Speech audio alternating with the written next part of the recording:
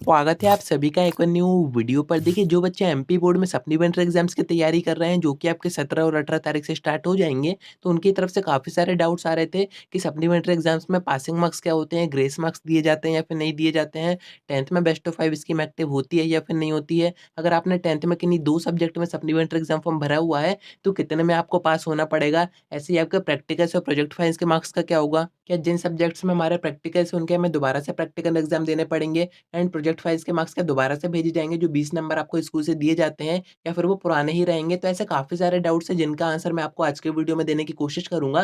तो वीडियो में एंड तक बने रहिए। नए हैं तो सब्सक्राइब के साथ-साथ नोटिफिकेशन आइकन ज़रूर से ऑन करके रखिएगा। एमपी बोर्ड की सारी अपडेट्स आप तक टाइम पर पहुँच जाएँगी। अब देखिए, पासिंग मार्क्स की अपन बात कर रहे थे, तो मैं आपको बता देता हूँ कि आपका जो क्वेश्चन पेपर आएँगे वो पूरे बोर्ड एग्जामिनेशन के क्वेश्चन पेपर के पैटर्न पर ही आएँगे। यानी कि सेम आपका सिलेबस रहेगा, सेम आपका ब्लूप्रिंट रहेगा। 10th का आपका 75 मार्क्स का पेपर आएगा एंड 12th का आपका 80 मार्क्स का पेपर आएगा। तो पासिंग मार्क्स होते हैं आपके 33% एंड अगर आप 10th के पासिंग मार्क्स देखें, तो अगर आपका पेपर 75 मार्क्स का आ रहा है, तो उसका 33% आप देखेंगे तो 24-25 नंबर के आसपास आता है। ऐसे ही अगर आप 12th का देखें, तो जिन सब्जेक्ट में आपके प्रैक्टिकल्स होते हैं, तो वो आएँगे आपके 70 मार्क्स के पेपर, उसका 33% आप देखेंगे तो वही 23 नंबर के आसपास आता है, तो आपको 23 नंबर चाहिए पड़ेंगे। एंड जिन सब्जेक्ट में प्रैक्टिकल्स नहीं होते, उनके पेपर 12th में आएँगे 80 मार्क्स के एंड 80 मार्क्स का आप 33% देखेंगे, तो वो आएँगे आपके 26 नंबर। तो पासिंग मार्क्स तो आपको समझ में आ गए होंगे। 10th में आपको चाहिए 24 मार्क्स, 12th में आपको नॉन प्रैक्टिकल सब्जेक्ट में चाहिए 26 मार्क्स एंड प्रैक्टिकल सब्जेक्ट में चाहिए 23 मार्क्स। अब देखिए, 12th में तो किसी एक ही सब्जेक्ट का सप्लीमेंट्री एग्जाम होना है, जो कि आपको 17 तारीख को सभी सब्जेक्ट के एग्जाम हो जाएँगे।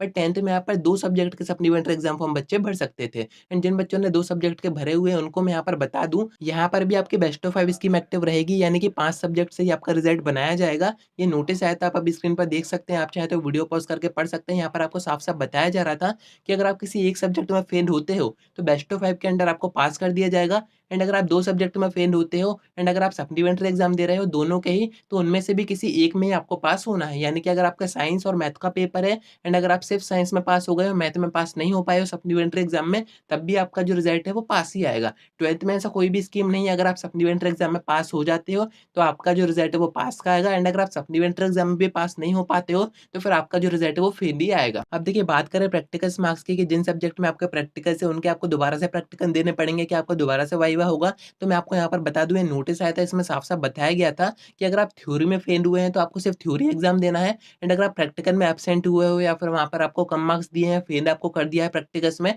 तो आपको सिर्फ प्रैक्टिकल एग्ज़ाम देना है। दोनों आपको नहीं देने रहेंगे एंड आपके जो मार्क्स रहेंगे वो पुराने ही रहेंगे। अगर आप थ्योरी का एग्ज़ाम दे रहे हो, जैसे 10th में साइंस में प्रैक्टिकल्स होते हैं, तो वहाँ पर अगर आपने थ्योरी का एग्ज़ाम दिया एंड आपके जो प्रैक्टिकल्स के मार्क्स रहेंगे वो पुराने ही रहेंगे, जो आपके स्कूल से भेजे गए होंगे। वही आपका ऐड होके मार्कशीट में आ जाएँगे, आपको दोबारा से प्रैक्टिकल एग्ज़ाम देने की ज़रूरत नहीं है। तो आपको सिर्फ थ्योरी एग्ज़ाम पर ही फ़ोकस करना है, बाकी के जो मार्क्स आएँगे वो आपके पुराने ऐड होकर ही आएँगे। तो उम्मीद है कि आपको सारी बातें समझ में आ गई होंगी। अब इसकी नेक्स्ट वीडियो में अपन इसकी मार्कशीट देखेंगे कि मार्कशीट में क्या डिफरेंस होता है एंड एक्सपेक्टेड डेट मैं आपको बता दूँगा कि सप्लीमेंट्री एग्ज़ाम्स का जो रिज़ल्ट है वो कब तक अनाउंस हो जाएगा। क्योंकि आगे आपको फिर एडमिशन भी करवाना होगा कहीं पर।